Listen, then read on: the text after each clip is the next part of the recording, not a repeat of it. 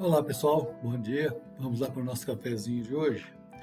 Encerramos o capítulo 10, né, observando de como Saul foi ungido pelo Senhor como rei, atendendo os anseios do povo. Contudo, alguns ficaram desconfiados da sua capacidade para governar, tendo até indagado como poderá este homem salvar-nos. Talvez por observarem que ele se escondeu também no momento em que estava sendo apresentado. O capítulo 11 ele já inicia com um problema quando os amonitas, chefiados por Naás, sitiaram a cidade de Jabes-Gileade. Isto aconteceu, segundo os historiadores, por volta do ano de 1050 a.C. Diante desta ameaça, os homens de Jabes, temerosos por causa do que poderia ocorrer, buscaram fazer uma aliança com os amonitas.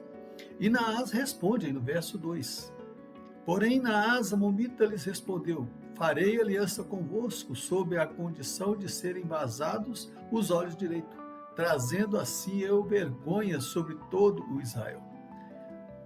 Onde quer que o povo fosse, percorressem, todos veriam como medrosos e principalmente com o povo que não confiava no Deus de Israel. Do jeito nenhum, preferimos morrer lutando. Este possivelmente seria a decisão que eles deveriam tomar, mas o que acontece é totalmente ao contrário. Nos dê 7 dias para pensar e comunicar ao povo em todo o território. Se não aparecer nenhum corajoso, nos entregaremos. Às vezes, as decisões tomadas aqui no calor das emoções realmente podem trazer problemas futuros.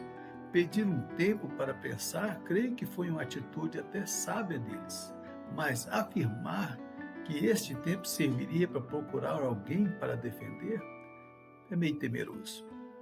Eles haviam acabado de ver Deus ungindo Saul como rei deles e nem pensaram em procurá-lo para saber qual a decisão que poderia tomar a respeito. Isso demonstra mais uma vez a falta de confiança em Saul como ungido do Senhor. A notícia desta aliança se espalhou e ao chegar ao conhecimento do povo de Gibeá, como afirma no verso 4, eles se apavoraram ao ponto de sair em pranto.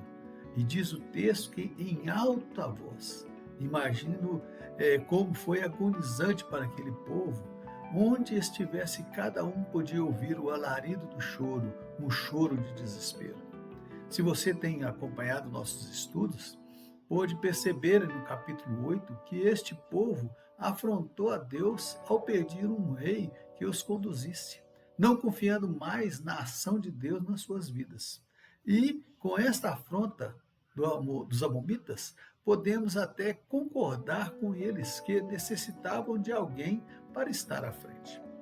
Mas e Samuel, que era juiz levantado por Deus para julgar as causas do povo perante Deus? Talvez pelas ações erradas dos filhos de Samuel, eles passaram a não ter mais confiança em Deus. Mais uma vez podemos refletir na nossa vida sobre a liderança espiritual que seguimos.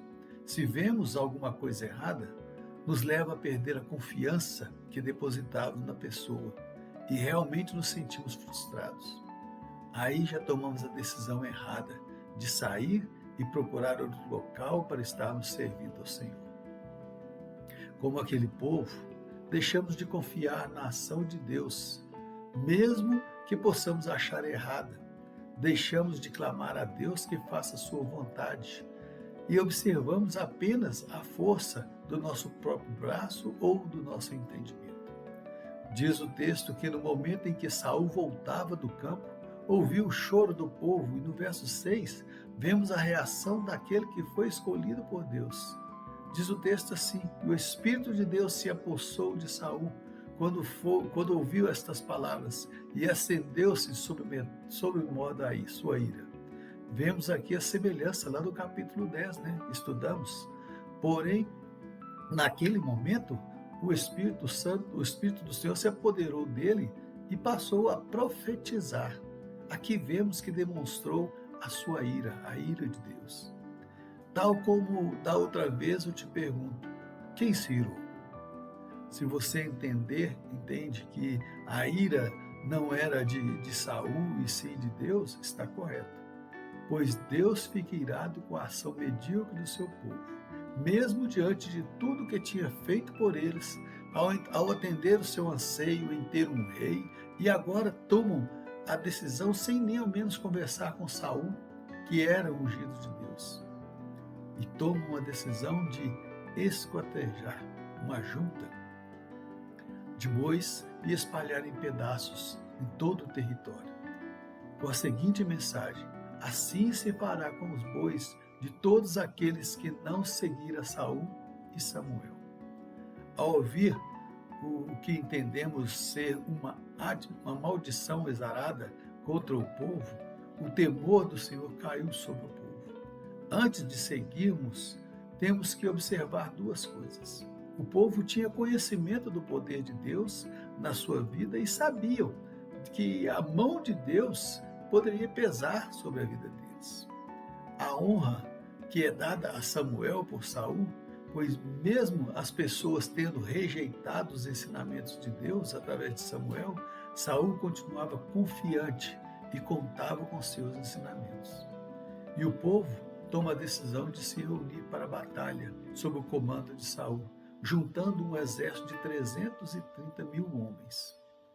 O povo de Jabes certamente estava desesperado, pois os dias se passavam e tinham de dar uma resposta aos amonitas. Mas recebe uma mensagem da parte do exército de Saul: diga aos homens de Jabes que amanhã, quando o sol aquentar, vocês serão socorridos. E avisaram aos amonitas que estariam se entregando a eles para fazer o que quisessem com eles.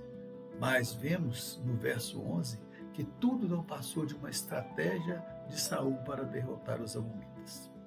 Após a vitória, o povo reconheceu a competência de Saul e queriam matar aqueles que disseminaram a incerteza no coração deles a respeito de Saul. Porém, vemos que Saul não permitiu que isso fosse feito, evidenciando aí a sua humildade, a sua bondade e também a sua valentia ao se colocar na frente para derrotar aquele exército. Logo após, ele mesmo convoca o povo para renovar ali o reino de Gigal, que certamente estava bem abatido. E naquela localidade, proclamaram Saul como rei perante o Senhor, oferecendo ofertas pacíficas, como a lei do Senhor recomendava. O que podemos tirar de lição para as nossas vidas deste pequeno texto? Que sempre teremos obstáculos e inimigos que se levantam para tentar nos destruir. Mas quando depositamos a nossa confiança no Senhor, entendemos que Ele é mais poderoso e pode nos guardar. Aprendemos também que a nossa opinião ou a nossa tomada de decisão não pode ser precipitada. Temos que pensar antes de agir e também dar oportunidade para que as pessoas nos apresentem o seu trabalho, antes de fazermos a sua avaliação. Porque o ser humano ele é tendencioso a proclamar avaliações das pessoas antes mesmo de conhecer, não é mesmo? Que Deus nos abençoe, que nós possamos tomar as decisões certas e que o nosso erro nos aponte para o acerto que faremos posteriormente. Deus nos abençoe. Até domingo que vem, se Deus assim nos permitir. Vamos tomar um cafezinho? Tchau, pessoal.